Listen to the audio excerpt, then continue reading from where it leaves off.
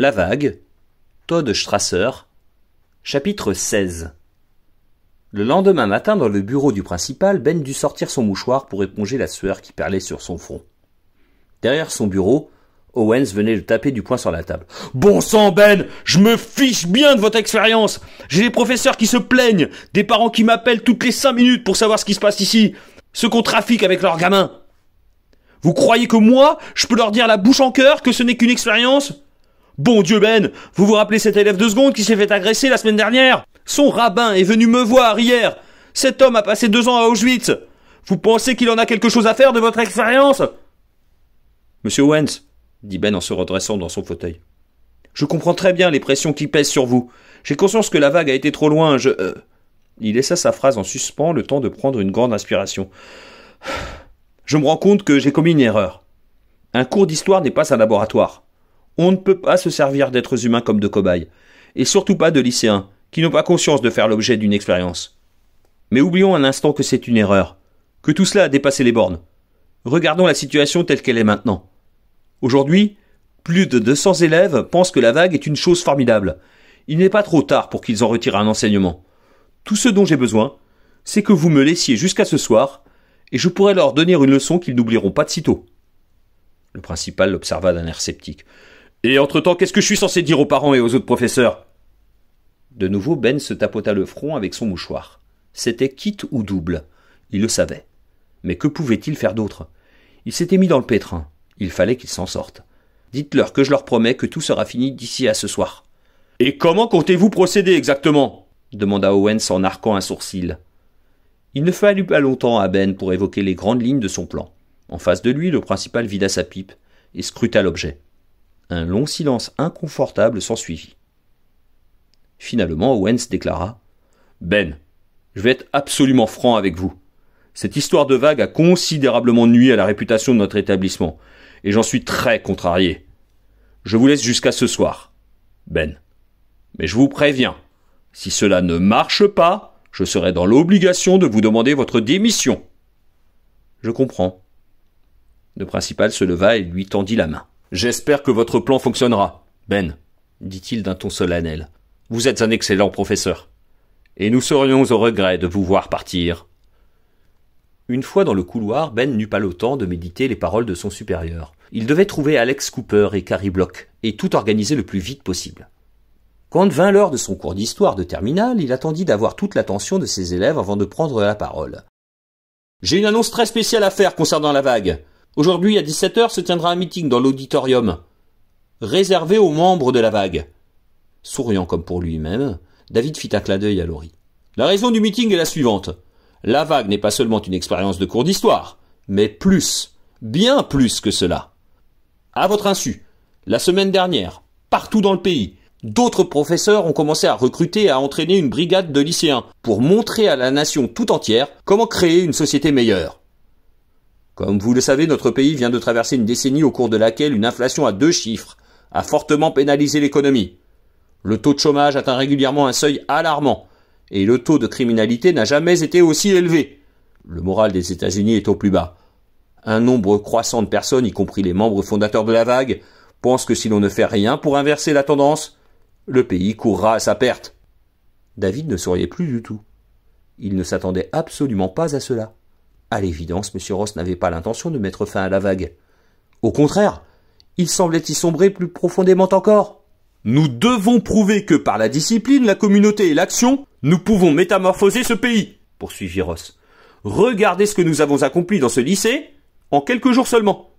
Si nous pouvons changer les choses ici, nous pouvons le faire partout. » Laurie jeta un regard apeuré vers David, tandis que leur professeur poursuivait. « Dans les usines, les hôpitaux, les universités, dans toutes les institutions. » David se leva d'un bond pour protester. « Monsieur Ross, assieds-toi, David !» lui ordonna Ben. « Mais Monsieur Ross, vous vous disiez que... » Ben se hâta de lui couper la parole. « David, je t'ai dit de t'asseoir. Ne m'interromps pas !» David obéit. Lorsque Ben reprit, le lycéen n'en crut pas ses oreilles. « Maintenant, écoutez-moi bien. Au cours du meeting, le fondateur et leader national de la vague apparaîtra sur une chaîne du câble pour annoncer la formation d'un mouvement national des jeunesses de la vague. » Tout autour de David et Laurie, Leurs camarades poussèrent des hurrahs. C'en était trop pour eux. D'un même mouvement, ils se levèrent pour faire face à leur classe. « Attendez, attendez !» les implora David. « Ne l'écoutez pas, n'écoutez pas ce qu'il dit, il ment !»« Vous ne voyez donc pas ce qu'il fait ?» lança Laurie, la voix brisée par l'émotion. « Il n'y en a pas un parmi vous qui pense encore par lui-même !» Leurs camarades les fusillèrent du regard dans un silence de mort. Ben devait agir vite, avant que les deux adolescents n'en révèlent trop. Il comprit qu'il avait commis une erreur. Comme il leur avait demandé de lui faire confiance, jamais il n'aurait pensé qu'ils lui désobéiraient. Mais leur comportement était logique, comprit-il trop tard. Il fit claquer ses doigts. « Robert, tu seras responsable de la classe le temps que j'accompagne David et Laurie jusqu'au bureau du principal. »« Monsieur Ross, entendu !» Ben gagna la porte d'un pas vif et la maintint ouverte pour les contrevenants. Une fois dans le couloir, Laurie et David se dirigèrent lentement vers le bureau d'Owens, suivis de près par Ben. De leur classe leur parvenaient les clameurs de leurs camarades. « La force par la discipline! La force par la communauté! La force par l'action !»« Monsieur Ross, vous nous avez menti hier soir !» osa David amer. « C'est faux, David. Mais je vous avais demandé de me faire confiance. »« Et pourquoi on vous ferait confiance ?» s'enquit Laurie. « Vous êtes le créateur de la vague !» C'était un argument de poids. Ben ne trouva rien à leur répondre. Et pourtant, il devait le croire. Il espérait que d'ici à la fin de la journée, il le comprendrait. David et Laurie passèrent la plus grande partie de l'après-midi à attendre devant le bureau du principal. Ils étaient malheureux et déprimés, certains que M. Ross leur avait tendu un piège. Coincés dans ce couloir, ils ne pouvaient plus empêcher la vague du lycée Gordon de rejoindre la grande vague nationale, qui avait pris son essor simultanément partout dans le pays.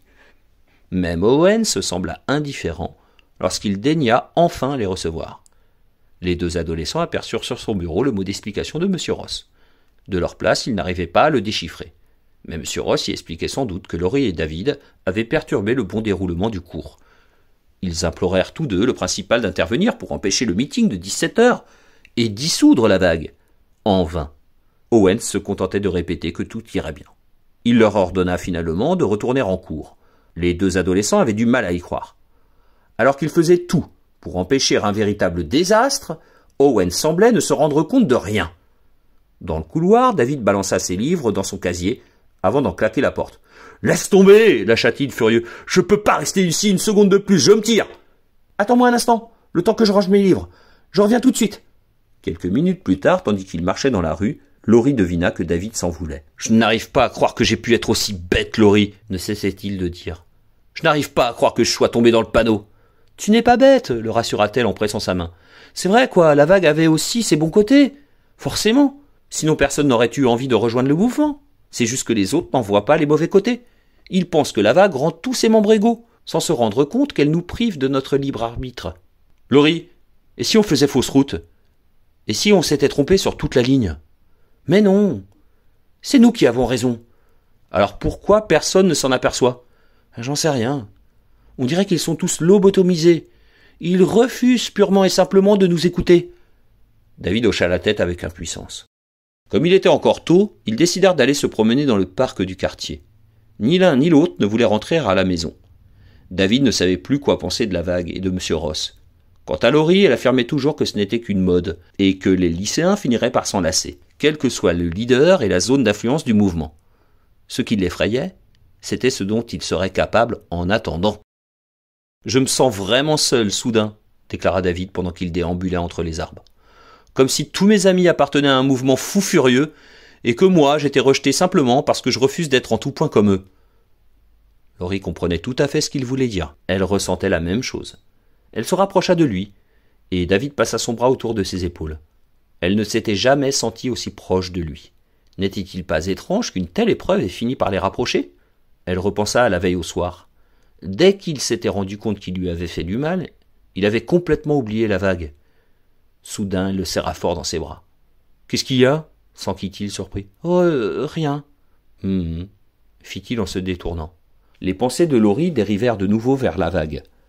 Elle essayait d'imaginer l'auditorium de l'école, rempli de lycéens, et ce leader, qui leur parlait d'on ne savait où, à la télévision. Que leur dirait-il? De brûler des livres? De forcer tous les non-membres à porter des brassards?